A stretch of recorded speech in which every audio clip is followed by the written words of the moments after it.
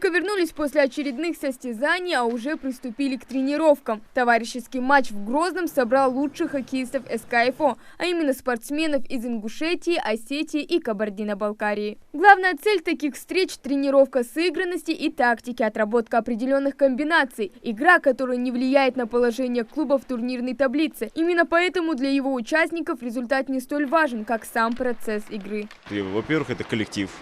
Это командный вид спорта, опять же, выезды, даже просто поехать на соревнования, это уже им интересно. У них новые друзья, новые события для них. Каждый выезд, даже для старших пацанов, это уже интересно, потому что новые игры, новые соревнования, новые друзья, новые знакомства. Ну и хоккей – это общество, дружные команды, большой такой семьи. 5 дней в неделю, 4 часа в день, порядка 30 юных спортсменов, и это только в одной команде. Всего в республике хоккеем занимается 150 человек, они разделены на 3 группы. И хоть опыта у них пока немного, зато боевого духа хоть отбавляй. Спорт для настоящих мужчин. Ледовая арена – это не только место для приятного времяпрепровождения, но и ежедневные тренировки юных хоккеистов. Кстати, сейчас есть отличная возможность стать одними из них. Правда, набор идет только в юношескую, а именно ребята от 5 до 8 лет. Хоккейные лавры собираются примерить, что называется, на вырост.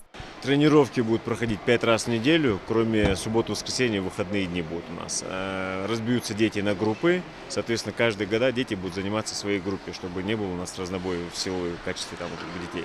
Каждый выезд, даже для старших пацанов, это уже интересно, потому что новые игры, новые соревнования, новые друзья, новые знакомства. Ну и хоккей – это общество, дружные команды, большой такой семьи. И это действительно так. В том, что хороший пример заразителен, подтверждает и братья Воделовы. Эти ребята умеют не только профессионально выполнять упражнения, но и отлично владеют такими приемами, как проброс шайбы, овертайм, плей-офф и буллиты. Старший на льду уже 4 года, младший решил пойти по его стопам. Мне понравилось, потому что мой брат пошел в хоккей, и я видел, как он играл.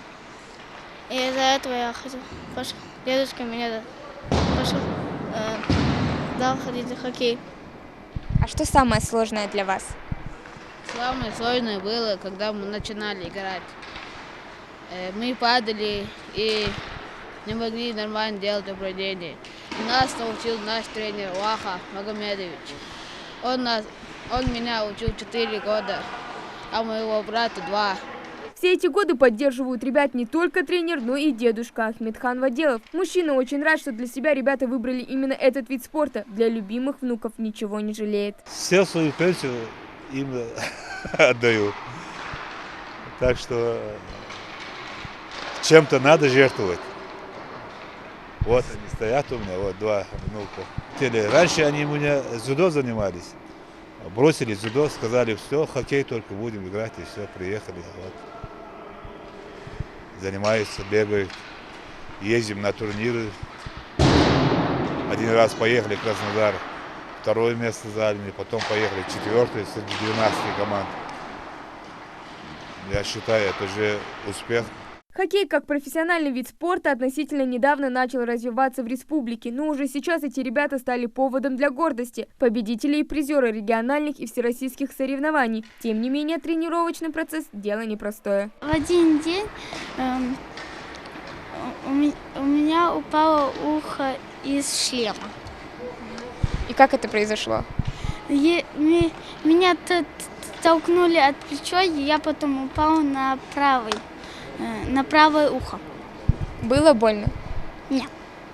К слову, ухо – это не та часть тела, а защитная экипировка. Переживать не стоит. Хоккей полон разных веселых и интересных историй. И скучать здесь не приходится. Хава Гагиева, Магомед Даскиев. Новости 24.